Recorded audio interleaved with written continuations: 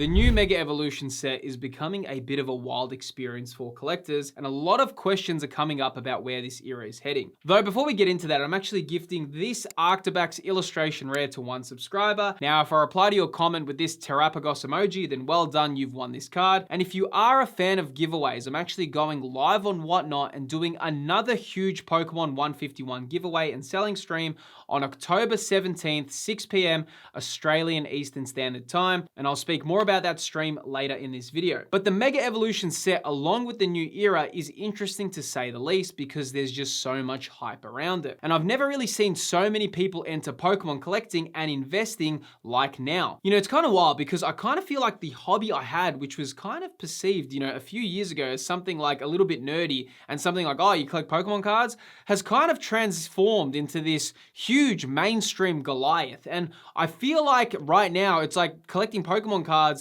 isn't even like a unique thing like I once kind of felt it was. It's like it's just become this huge mainstream thing, right?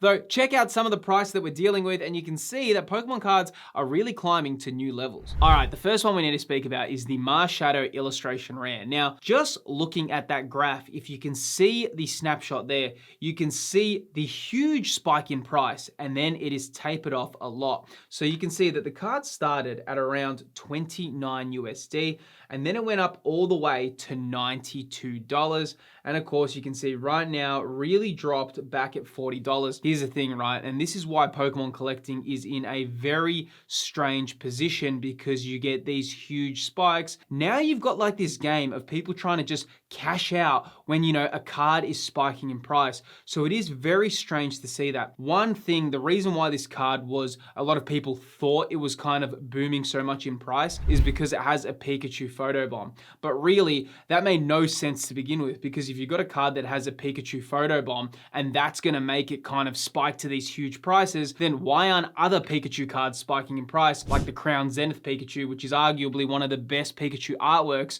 of, you know, pretty much in the last 10 years. So to me, it is so strange that people just thought because it has a hidden Pikachu photobomb that people just realized that's the reason why it's going to now climb in price. The reason why you have to be very careful in the current state of the Pokemon hobby is because of these hype swings that are happening. Now in this Mega Evolution set, there's a lot of cards I'm going to be showing you, but right now, and this is the thing, it just feels like it's a bit of a reckless hobby where people just go in, you know what, oh, cards spiking in price, let's all look at it, oh, is now the time to sell, is it getting hyped, and then they just drop so much in price. You know, I wouldn't be surprised for this Marshadow to become a $20 card eventually because, you know, it just doesn't seem authentic what's happening, and it's almost like if you're good at picking the hype swings, you know, you can cash out for some profit, which is a little bit of a dangerous position right now to be in the hobby because I think it's not that healthy. Now moving on to the Mega Hyper Rares. Now the Mega Lucario and the Mega Gardevoir are very rare cards. These are some of the rarest Pokemon cards we've had in recent history, right? Now just here, you can see the pull rates for these. To pull any Mega Hyper Rare is 1 in 1,260 packs.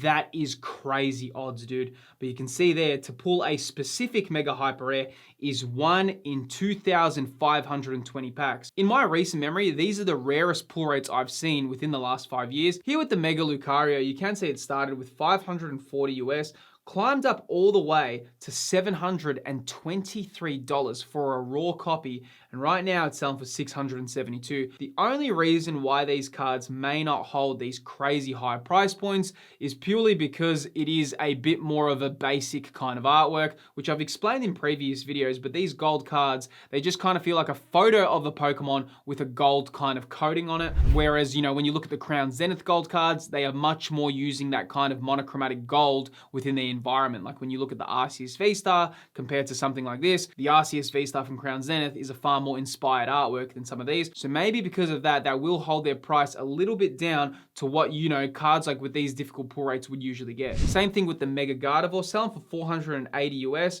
right now selling for around $620. You know, very expensive Pokemon card for a raw card. If you do pull this card, I mean, given these price points and given how rare they are, always a good idea to get them sent into graded if you think you have a nice copy, because, you know, the reward ratio for getting a PSA 10 for these is crazy. And of course, I just think as well that if you do pull this card, you would want to get this protected given how rare they are. But like I said, one thing about these monochromatic cards is, yes, they are cool, but the big reason is because their artworks aren't exactly that unique or they're not that different. That always will be a thing to consider for their future potential value. Now, also, as I mentioned earlier in the video, I actually am going live on Whatnot on 17th of October at 6 p.m. Australian Eastern Standard Time, and I'm giving away a bunch of Pokemon 151, along with doing auctions starting all at $1. Now, today's video is sponsored by Whatnot. Now, Whatnot is a fast-growing live shopping platform where you can watch creators stream and bid live on products all in real time. Now, if you've never tried Whatnot, I always recommend trying out one of my streams to get a feel for it. You can actually just join the giveaway and you can just see what it's like. And also, if you do, you can also purchase cards starting at $1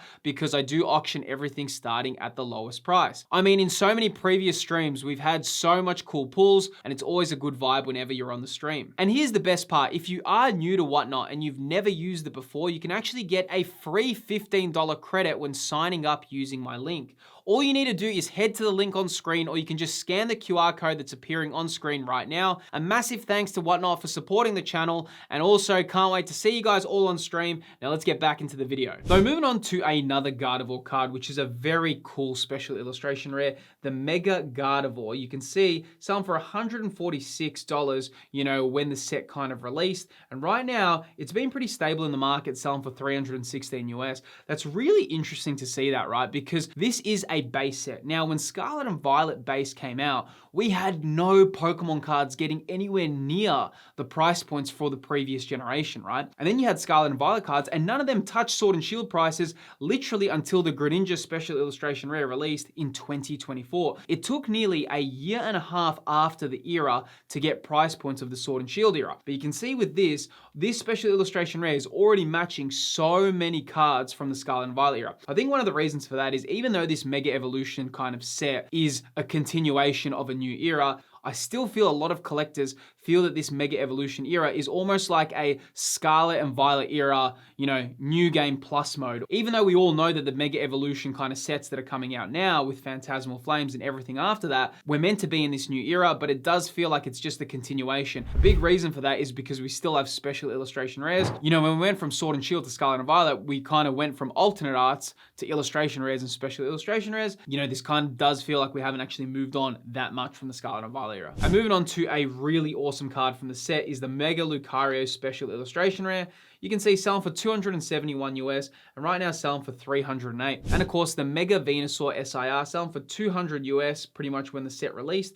Right now selling for $218. So even though that graph looks like it's had some, you know, big kind of spike in price, it's kind of stayed within 10% range. One thing you got to remember, there's a lot of excitement, but something to keep in mind that this is a base set for, you know, this new era. It's very likely as we continue this era, you're going to get a lot of cool special illustration rare artworks. Maybe some of these cards seem exciting now, but as the era continues, they won't seem that exciting in the future. We've seen that so much before. You know, I always talk about the Miriam Special Illustration Rare, which was one of the top chase cards when Scarlet and Violet base came out. Right now, that card is, you know, super easy to acquire. Same thing with the Iron Crown SIR from Temporal Forces. It's always interesting to look, you know, 2 or 3 years after a set releases because you get a really good overview of the market. Now, one that is really surprising, and I feel this has more to do with the artwork than the Pokemon, but it is the Mega Latias Special Illustration Rare. Selling for, you know, a pre-release for $254, or, you know, when the set just came out for $254.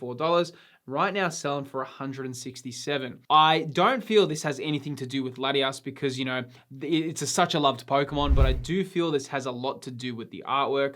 I think Akira Igawa did a bit of a miss with this card in particular. Akira Igawa has had some amazing cards such as the Team Rocket's Moltres EX, along with the Okidogi Illustration Rare and the Charizard EX from Paldean Fates. But, you know, seeing the kind of prices for this card in particular and seeing how it's dropping, I do feel that the Mega Latias EX For some reason, this artwork didn't be really a tick for me. For some reason, I don't feel this artwork actually matches Latias that well. And for that reason, I feel like the market's also responded that they're not that big of a fan of this artwork. And of course, the Mega Kangaskhan Special Illustration Rare, selling for $101 when the set released, right now selling for $94. So, pretty much, a $6 difference there, and still pretty much a $100 card. Like I said, it will be interesting to see how it goes as the era continues, because right now these prices are all fresh and a lot of people are excited. Now, a very cool illustration rare, probably my favorite Steelix artwork we have, but you can see selling for $13 when the set released, went all the way up to $28.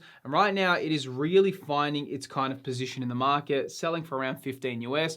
Was a bit of hype for that card, when it released, but of course now it's finding that like base point in the market where it's kind of settling. And a really interesting one to look at is the Lillies Determination, kind of selling for $186 when the set released, right now selling for $157. I personally really like this artwork. It's going to be cool to see how it kind of continues, But as much as these prices are shifting, there's a few questions relating to understanding how to collect Pokemon cards and not make silly mistakes. And the biggest mistakes to be avoided can be seen in this video here. Within this video on screen, I go over the biggest Pokemon investing mistakes to avoid. If you're interested in that video, click the video that's appearing on screen. Don't forget to subscribe to the channel, and I'll see you on the next video.